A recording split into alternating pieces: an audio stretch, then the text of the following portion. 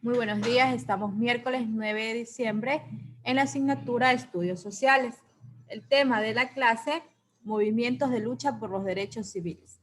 El objetivo es explicar sobre movimientos de lucha por los derechos civiles mediante teorías para conocer la integración y cooperación internacional.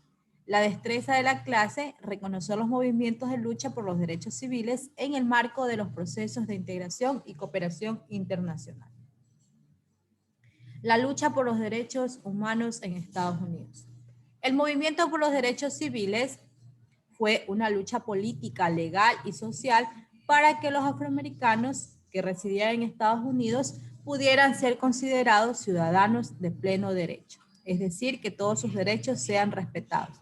Esta lucha se dio entre el año 1955 y el año 1968 para terminar con la segregación racial que los marginaba especialmente en el sur de la nación norteamericana. Un claro ejemplo de ello, de esa lucha, fue Rosa Parks. Vamos a hablar de ella, sobre Rosa Parks y el boicot de autobuses de Montgomery en el año 1955 y 1956. En el año 1955, una mujer afroamericana, la que observamos en las imágenes, se rehusó a levantarse de su asiento en un autobús para dejárselo a un pasajero blanco. Rosa fue arrestada, fue enjuiciada y sentenciada por conducta de desorden y por violar una ley local. Cuando el incidente fue conocido entre la comunidad negra, 50 líderes se reunieron y organizaron el boicot de autobuses de Montgomery para protestar sobre la segregación de negros y blancos en los autobuses públicos.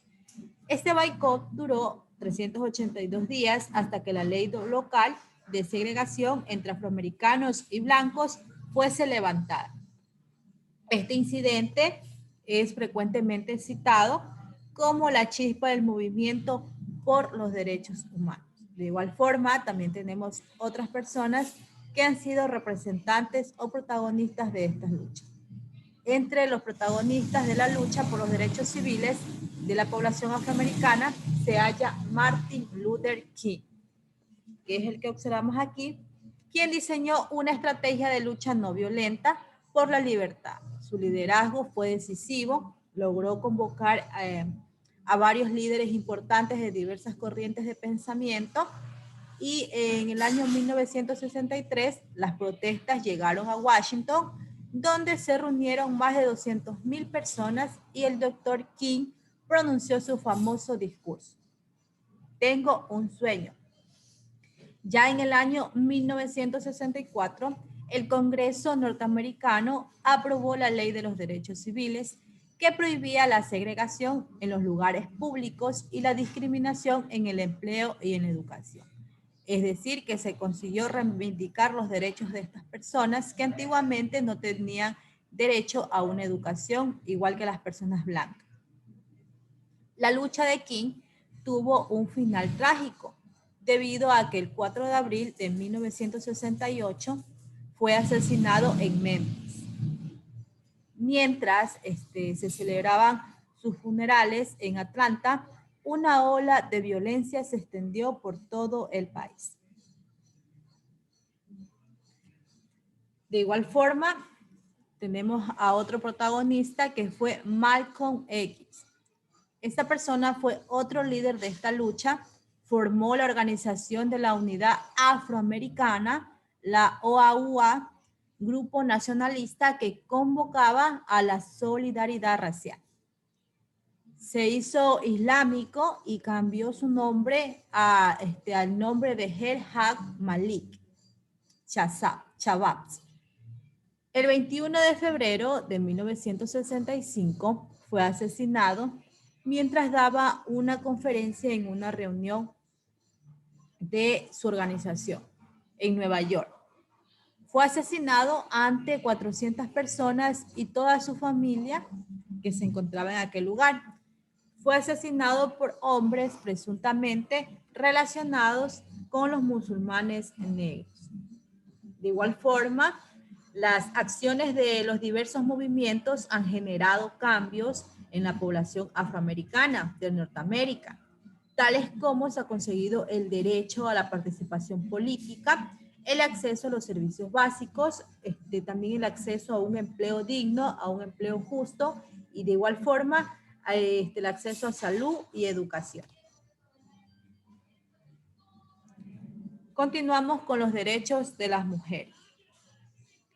La falta de libertad, la negación de la igualdad de oportunidades, la exclusión de la vida política, la falta de acceso a la educación, la exposición a la violencia social y familiar, entre otras cosas, han sido las razones por las cuales las mujeres se han movilizado en varias ciudades del mundo para reclamar sus derechos. En muchos casos, la agresión, la subordinación y la discriminación se desarrollaron bajo el cobijo de leyes estatales y con la justificación de costumbres sociales. Antiguamente, pues la mujer no tenía los mismos derechos que los hombres. La mujer era vista antiguamente para los quehaceres del hogar, para ser ama de casa, pero no tenía ese acceso a la participación en las distintas esferas sociales. Ya por esa razón, a través de estas luchas que se han venido dando, las mujeres han logrado reivindicar sus derechos. Por esa razón es que en la actualidad podemos nosotros ver que existen muchas mujeres ejerciendo el mismo cargo laboral que un hombre, el mismo puesto político que un hombre. ¿Por qué? Porque todo esto se ha logrado gracias a sus luchas. En el año 1947, la Comisión de la Condición Jurídica y Social de la Mujer de las Naciones Unidas se reunió por primera vez en Nueva York para discutir sobre la situación de este organismo y buscó establecer normas y formular convenciones internacionales que cambiaran las leyes discriminatorias y aumentaran la sensibilización mundial sobre los temas de la mujer. En el año 1953 se estableció la Convención sobre los Derechos Políticos de la Mujer, primer instrumento de derecho internacional en reconocerlos y protegerlos. Posteriormente se redactaron los primeros acuerdos internacionales acerca de los derechos de la mujer en el matrimonio, sobre la igualdad de remuneración entre la mano de obra masculina y femenina.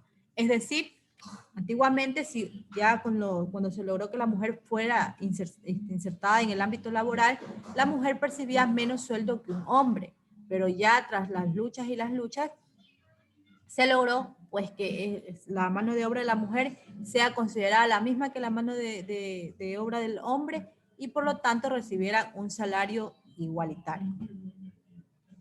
En el año 1963, la Asamblea General de las Naciones Unidas elaboró la Declaración sobre la Eliminación de la Discriminación contra la Mujer, que fue aprobada en el año 1967.